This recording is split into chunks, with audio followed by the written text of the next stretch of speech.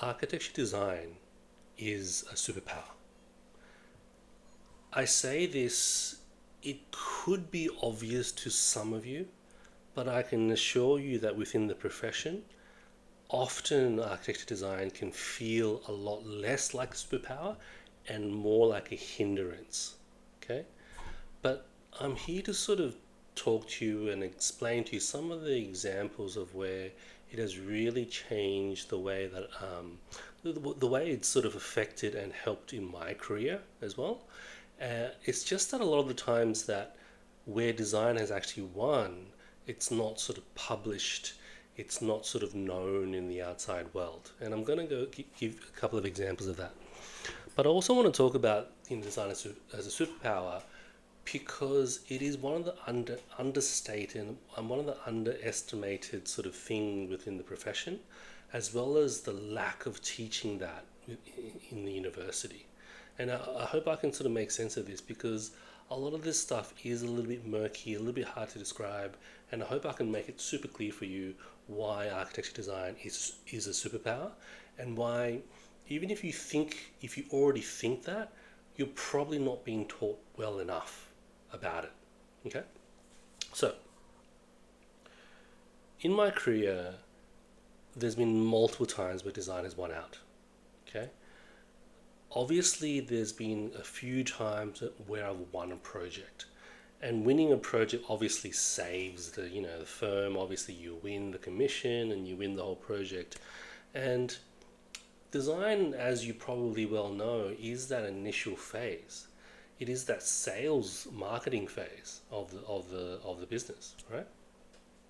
And once you win, then the following sort of few years or few months of that work that is associated with the project is about that delivering the design outcome.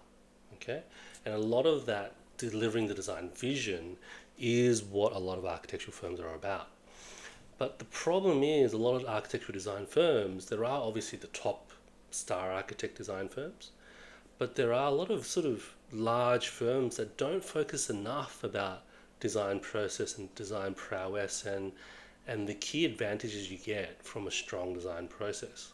Okay, um, and and the problem with that is the innovation that comes with it. They don't see it as a business edge. They see it as a marketing edge to sort of showcase projects, showcase how they've done this kind of project and that kind of project. If you just browse through Google, go through all the architectural design firms and look at their websites, look at their language, look at how they describe design process or design, you know, how they deliver design, and they all start to sound alike. There is no differentiation, there's no competitive edge. And if you're going to, have an architectural firm or design firm, you better have an edge, right? But that edge is often very poorly, described because it all actually starts from university and it starts from, in general, creativity is taught poorly, design process is taught poorly. There is no fixed set of values, there is no fixed design process. Okay? And because of that, um, you know, we're not sort of taught how to get to or guarantee results, guarantee innovative results. We're not taught how to create an edge. What is a unique design process? I very much doubt any firm can describe to me their uniqueness succinctly. Okay? And yet, in spatial thinking, and yet to us, we've created a framework and we've made it scientific basically on how to create a unique design process. Okay, um, and that is partly why I'm talking about this architecture is a superpower because it's so sort of undervalued in some ways. It's not seen as a superpower. It's seen as a marketing mechanism, but it's not sort of portrayed in a very clear, almost scientific edge, much the same as you would find in technology product or a business service or a startup where they are giving you the elevator pitch. They give you the elevator pitch of can you describe your design process in 3 minutes? And I'm pretty sure almost all architecture firms can't because they're almost the same. They're almost the same design process. There's no edge. Okay, what is your edge? What is your firm's edge? They can't describe it. And so without that edge, there's no competitive edge. There's no value proposition to sort of differentiate you against another firm. Now, one of the things they do obviously is differentiate the quality of their service, but that's not design edge. Okay.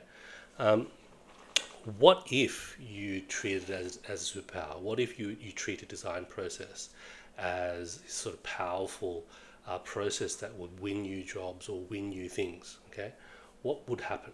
Okay, so obviously one of the typical responses is a strong design process, aka strong design outcomes, is going to win you jobs.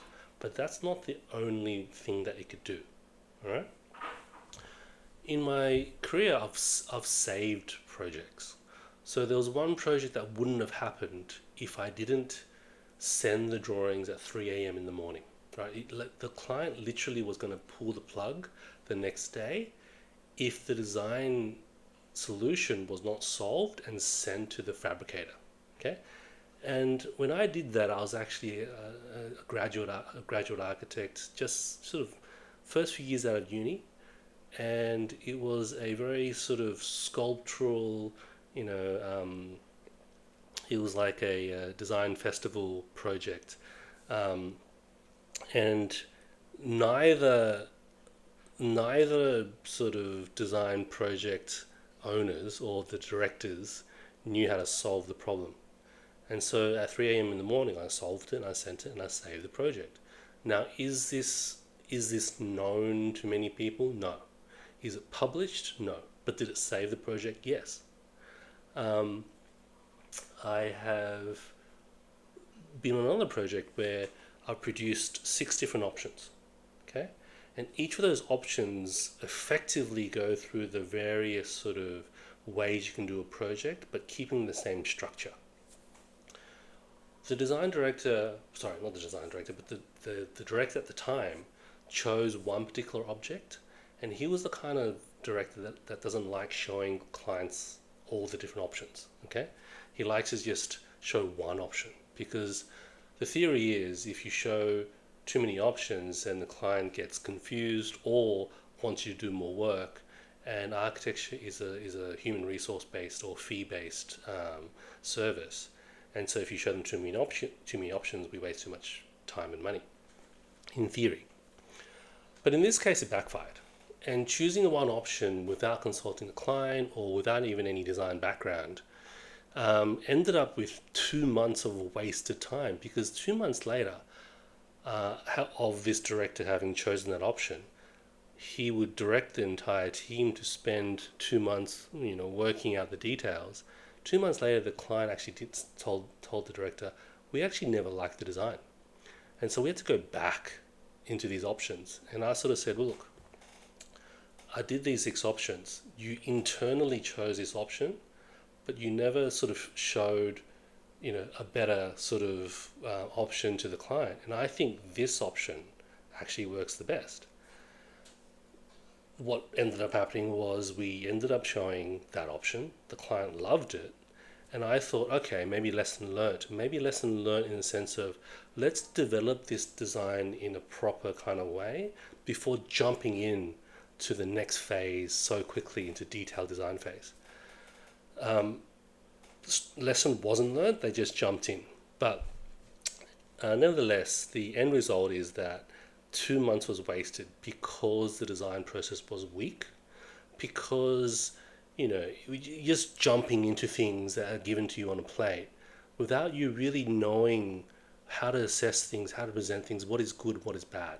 Okay, and so if that wasn't a major fuck up, I don't know what else is. Where 2 months or 3 months worth of human resources was practically wasted because of an internal choice that did not go through any kind of design process. It went through my design process, but not their design process to show the client. Okay, but again, design won again in this instance. Okay, I've been through projects where the client got so excited about a proposal. Ultimately, it didn't go ahead. But the client was so excited about a particular design process. We produced it in 1 day, 2 days, 3 days, and the client sort of just pushed the meetings to show their upper sort of management. But that excitement is what makes things happen sometimes. Okay, and that wouldn't have happened if we couldn't deliver the design vision, the innovative design vision. Without the innovation, there will not be the excitement. Okay. There are other times where I have sort of designed a vision. Then often what happens is the project gets passed on to another team, and they kind of fuck it up. Okay, um, the general design elements are there, but the actual design, the actual design is sort of malformed and Frankenstein and changed. Okay, and that change coming from a lack of design process or strong design process again can cause problems. It can cause a poor sort of design outcome. Now, maybe we're just talking about aesthetics, but how do we talk about this? Design process is not just about aesthetics. It is about efficiency and effectivity.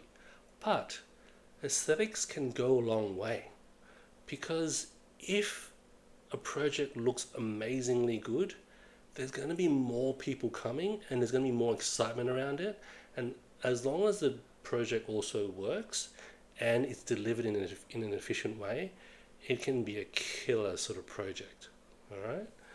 Um, there was one other project that, had it not been the GFC and had gone ahead, this was in the Middle East, it would have been one of the best projects possibly in the world if it had been designed, if it had been executed according to the design that I helped make, right? And this kind of stuff that I'm trying to describe to you is just the sort of stuff that um, a lot of these projects could have been, maybe they were lost, maybe GFC hit, and maybe it would have been amazing if it didn't, and maybe if in a different life I would have had all these amazing projects happen. Um, but yeah, a lot of them aren't published, and I'm just sort of telling you about this because a lot of this stuff is sort of lost in the history of time and lost, but it doesn't mean that design process wasn't important. Obviously, some of the more famous examples of a strong design process but a lost opportunity is, Jorn Utzon. Jorn Utzon being the architect in Sydney Opera House. Now, Jorn Utzon passed away, and I actually worked in the Opera House, and I met his son and all that kind of stuff. But Jorn Utzon never ever saw the finished building of the finished built form of Sydney Opera House. Okay, and the reason for that was because he was fired. Now, the example of a strong design process which he embodied and a lost opportunity was that when he was fired and the Australian government put in other architects to take over, they did a butchery of the job, especially with the interior design of the opera theatre. Ever since then, the opera theatre, the acoustic performance of the opera theatre was so poor that they had to add on all these extra elements to try and make the sound work, and it didn't work. It was one of the most poorly sort of acoustically performing opera theatres in the world. Okay, and so this is just another example of where design process wins, but it's not published that it was such a poorly. I mean, it might have been published, but it's just not very well known that it's such a poorly sort of executed, opera theatre solution. And had the original design process won out, it could have been the best performing opera theatre in the world.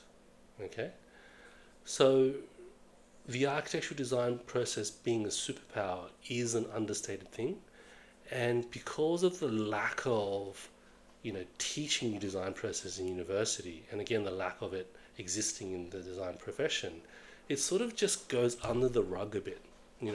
Good enough is good enough kind of thing, right?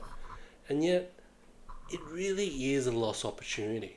And architecture being what it is at the moment, in transition, being said that architecture is failing because we're lacking business skills and whatnot, there are other solutions to this, and I believe it lies in the design process being seen as as as a superpower. Okay, and that is again what the spatial thinking process is all about.